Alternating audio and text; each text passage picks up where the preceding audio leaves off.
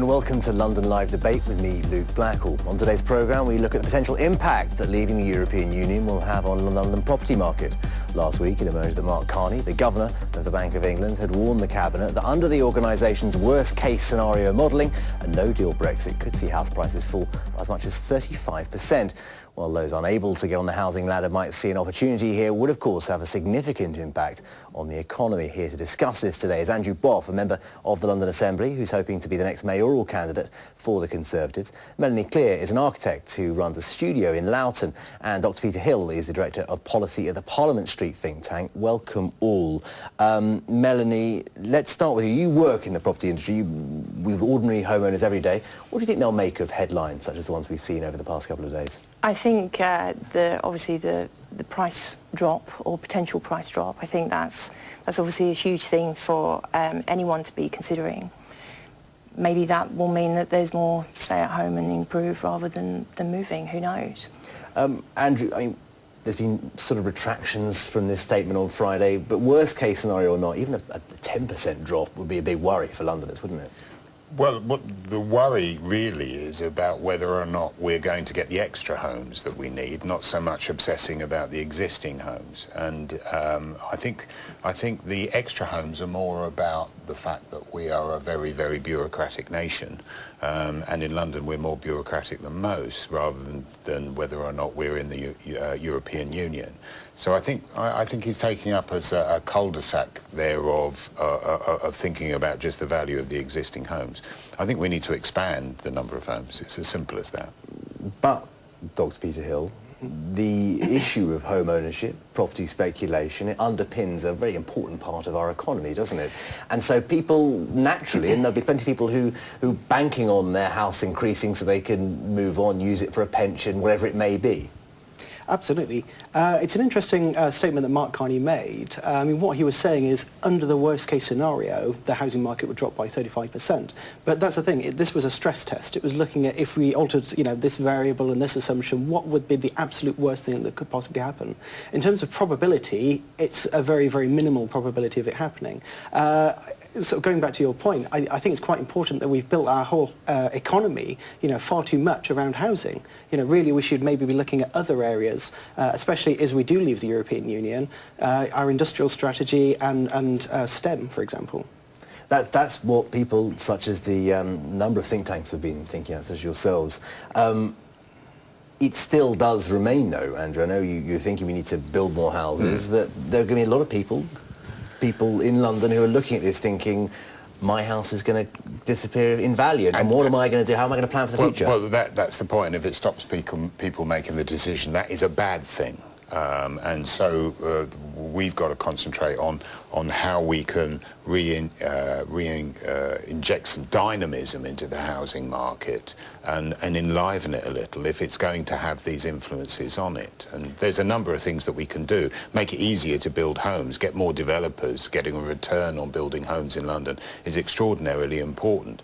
But at the moment, we've got this bureaucratic load generated on people, such as the Mayor having a target of 50% affordable homes for new developments, which sounds politically a lovely thing to do, but actually it gets in the way of actually developing those new homes.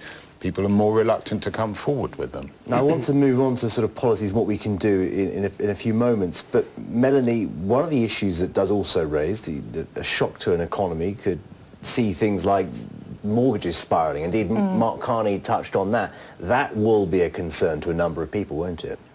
I can imagine so, and I think it's kind of linked in with mortgages is also, I think, as my colleague here was referring to, is the scenario with how you can bring forward, but in terms of the new homes, but also with planning. And I think, obviously, if you think of the risk factor, which is ultimately what mortgages are, is if you can kind of spread that will be beneficial. But I think it all links in with unlocking more homes.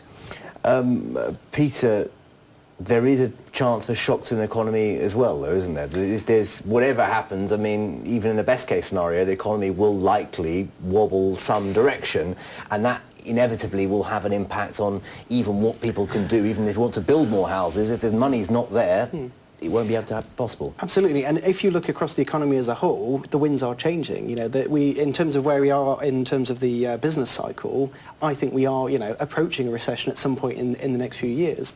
So to have this kind of, you know, headwind against the housing market as well is very worrying. Do you make Andrew Boff of the fact that the Governor of the Bank of England was making these statements? He's not new to this. He talks to Cabinet. He knows this sort of information is going to come out. Well, sometimes I think with Mike Carney, it's kind of, it's being so cheerful as keeps him going. You know, I mean, he's not really the most optimistic person from time to time. And we have to talk about the opportunities of Brexit along with what may be the downside. I speak as somebody who had negative equity for about 12 years, and I know how tough that is when your property, you've bought something and your property declines in value, and it is really difficult to shift that, but it's not impossible. It's not impossible, and there are other opportunities that will open up. But you'd hope we wouldn't get to that negative equity scenario, but because a huge number of people were in your boat when Mark Carney was, you know, he's a very talented man, but he doesn't have the gift of prophecy. He's just saying this is what could happen.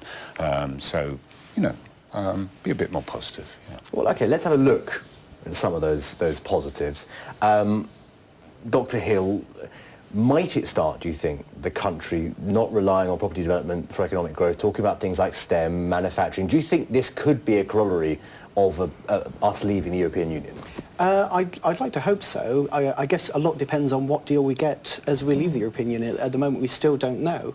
We have the potential of the Chequers deal, which kind of keeps us half in, half out in a hokey-cokey situation, and that's not really where we want to be. You know, we want to be outside the European Union, still trading with Europe, but taking advantage of all those potential opportunities of new trading partners. Something I want to ask you, Melanie, about. We not only rely on properties going up, sort of speculation, there's also this fascination of flipping. It's quite an American term, but flipping your house, keep moving up, trying to get value and move on. Do you think we might stop seeing that if we have a stagnant property market for a long time? Yeah, absolutely. And I think it's also with the developers as well, is actually, instead of actually flipping, that they could also actually start building out more rather than assuming that somebody else will do.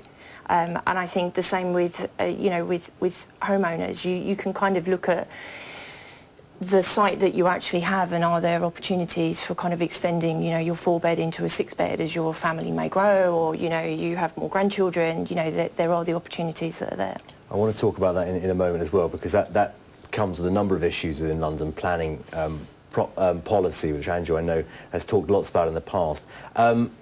It seems like a simplistic thing to say, though, Andrew, but if prices do come down a significant amount, more people will be able to afford them. Do you think some people will be looking like that? Yes, but we still got to help them. I mean, even if they went down 30%, London's still more expensive than anywhere else. But there are things government can do. For example, TfL, which is run by the Mayor of London, has as much land as the London Borough of Brent. And there's lots of little patches of land which currently are unused. But being a big organisation, it's not really focused on selling to small developers. So one of the suggestions I've got, I call a buy the bricks scheme. And what you do is you effectively put in a planning application for a piece of land that you might have found. And if you get planning permission, then you should be entitled to build on that land without parting with actually the value of that land until you then resell. Now that gives people the opportunity of putting self-build small developments, modular developments in on small patches of land and being able to live there with their families for as little as £160,000 in London. Now that's quite good value. And that's when you start stripping the value of the land out. And I think there's a lot of initiatives we could be taking to strip the land out, community land trusts. But we need to activate these pieces of land. But the problem is, as I say, TfL and big government has a way of talking to the big firms like Barratt's and Bellways, but they haven't got a very good way of talking to Bob the Builder, who could start doing all those small projects, all those tiny pieces of land that we could be using for housing. Melanie, how would you like to be talked to? How would you like people to say to you, you can reach this? Because I know at the moment, we've covered it on this channel before, actually accessing these patches of land that TfL have is very hard if you're not a registered developer with them.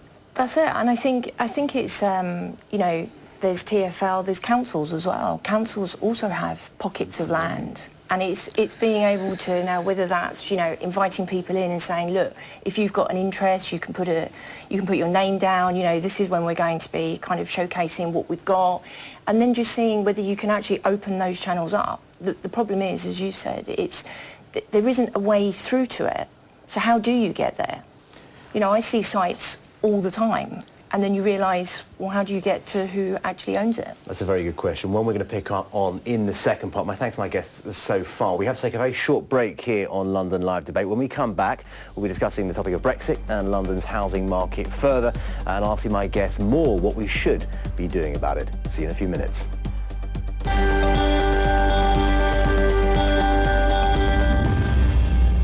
Welcome back to London Live Debate. I'm Luke Blackall, and today we're looking at the impact of Brexit on London's housing market.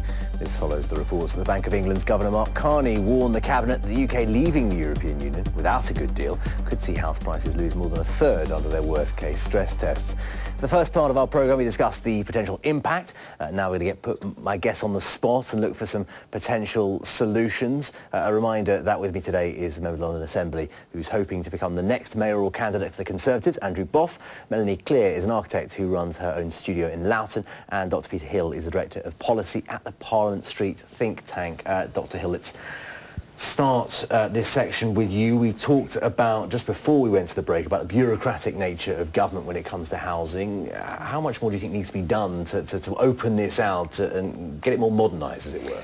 I think a huge problem in London is we aren't taking a strategic viewpoint. You know, a lot of London, you know, it's been built over the last 400 years, and, you know, it's grown up over time. So really what we need to be doing is saying, okay, well, housing's going here, but how is the infrastructure going to fit around that? Or, you know, conversely, if we put the infrastructure here, how can we then encourage housing to get built there? But because at the moment we just haven't taken that strategic viewpoint, it's been very sort of like a patchwork quilt, and that's a real problem in London, especially at commuter time. You know, all the people coming into the sort of main hub stations, and it just doesn't work. We need to think beyond London's borders, don't we, Andrew? We don't need to just think what's being built in London, because there's plenty of people getting on those trains and moving out to practically places where you're living. Well, you know, the government wants about 650,000 more people living in London over the next 10 years. They aren't all going to fit in London. They clearly are not going to fit in London. We can barely hit 10% of the targets that local authorities get. So we've got to talk about building outside London and perhaps London's contribution. I'm very keen on London contributing towards the kind of infrastructure that might kickstart developments outside London. And those garden cities, as I like to call them, would be viable economies in themselves. Too often the home counties have turned down these developments because they think it's just for a place for London to dump their social problems, and that's not that shouldn't be the future way that we do it. But if London was to put its hand in its pocket, which I'm quite willing for, you know, if I ever became mayor, I'd be quite willing to do, to support the infrastructure, perhaps transport links, perhaps putting in roads and all the rest of it, I'd be happy to do that if it meant that we were getting those kind of homes that people in the southeast actually needed to have. And Peter Hill, is that something you'd like to see, or would you take the more NIMBY view? Would you not want people to be coming out and living where you are? I think that's absolutely the right approach. I mean, I was just saying before we came on air, I'm out in Bracknell, and we weren't part of Crossrail. If we had been part of Crossrail, again, we'd love to have those conversations with the future mayor of London. Well, it's been delayed. Perhaps you've still got time. You can find a nice spot for the station. You'll maybe make it happen. I want to get back to the issue of building these houses in London. You say we're not going to fit all those 650,000 people in, but Melanie Cllr, people are having to think of new ways of expanding within their realms, aren't they? What would you like to see happen to enable people to be able to turn patches of land into viable places to live and work? Well, I think planning policy, there just needs to be a little bit kind of broader mindedness to it. And I kind of understand that, you know, we've got outside London, obviously there's a lot of greenbelt, but then equally inside London, you know, there are real opportunities and they're just not really being fulfilled. And I think that kind of stems to the planning departments, wherever they may be, of kind of just being a bit more open-minded. And, you know, a house doesn't have to look like a house did in 1940. A house can be very, very different and still give great quality new homes. Andrew, I see you nodding there, but you are against garden grabbing, the policy that policy that was removed by Sadiq Khan. Absolutely. Do you feel that you can have a medium between those two things, build unusual houses, but still keep protected those areas? Yeah, I mean, the draft London plan that's just been put into place is a sort of declaration of war on the suburbs, as far as I'm concerned, because it looks to absorb valuable pieces of land and build lots of very high-density homes on it. You know, that's fine if you don't think if you want the suburbs to look like inner London, but actually I value the whole of London and its diversity and the way it looks, and residents should have some say in that. There are, however, many pieces of land that could be used, and I'm quite happy to see, for example, homes geared towards young people and perhaps relaxing the space standards, as long as there's sort of legal agreements that only you can't overcrowd such properties, and they're all possible, and they're being done by organisations like Pocket Homes at the moment, of building much smaller homes, which obviously brings the price down and gets people on the property ladder and owning homes. I mean, it gets them started. And so I, along with sort of my buy the bricks sort of right, which is a bit like the right to buy, to be honest, for people who want to self-build, there's plenty that can be done in the current housing system at the moment. Another one is that we don't encourage modular homes enough. And the London Assembly I sit on the London Assembly, and we recommended to the Mayor that he needed to take a much more assertive role over promoting modular homes, which means that you can build homes that much quicker in smaller spaces. They're very high quality. They're more sustainable. More sustainable, of course. And you know, everybody wants one of those grand design houses, don't they? and actually, you can build those kind of things, but we need a little bit of encouragement from the Mayor. And unfortunately, this Mayor has decided not to do that, and it's something that I will be very enthusiastic about. What's your view on that, Melanie? I know you're agreeing there. How much help would you like as an architect, people coming to you with those perhaps concepts for smaller homes, again, not looking like that traditional house we might expect? Yeah, I think, you know, if there's the opportunity, I think, you know, bring it on. I think you could create such innovation, and you're talking about kind of, you know, manufacturing. There should be a lot more done, and again, we talk of, you know, what could happen, but there's a real opportunity. I kind of always see positives out of potentially negatives, and I just think there's a real opportunity for creating fantastic new spaces, and that's really what they could be, and it will be, because it will be the context that you're working within. And that could be an existing building, it could be next door to a building. It's not necessarily garden grabbing, but there's real kind of, you know, you could have a, I don't know, three stories, very, very skinny house. Yeah, and people like that. Absolutely. That's the point about it. Why can't we build homes that people actually want to live in, rather than homes they just have to settle for? That's it. And you can through good design. It doesn't have to be like pastiche Georgian terraces. If you go down to Hackbridge and you see Bedzed down there, right. marvellous development, embraces the principles of having a front door that opens out on the street and a garden, not quite at the back, often on the roof in Bedzed. Wonderful houses that you can be really proud of. And we can do that in London, but we just need a culture that supports beautiful homes. 650,000 words in the London plan, and the word beauty doesn't occur once. On that, Peter Hill, we do seem to be making strange decisions in London. There are an enormous number of luxury flats in the 2.5 million mark and upwards that are due to be built or being built at the moment. Doesn't seem to quite be a market for them, potentially. There's lots of talk that developers aren't quite getting it right. How difficult do you think it is to navigate the hand of government on it, as it were, to encourage or nudge or as it were, rather than necessarily force people? I think there's a compromise to be made with developers. So the target for 50% affordable homes is unrealistic, but something around 25% like we have in Bracknell, which we're actually delivering, that's really where we should be aiming. And whether we like it or not, you know, those foreign investors who are buying luxury pads for £2.5 million, will then fund the affordable housing.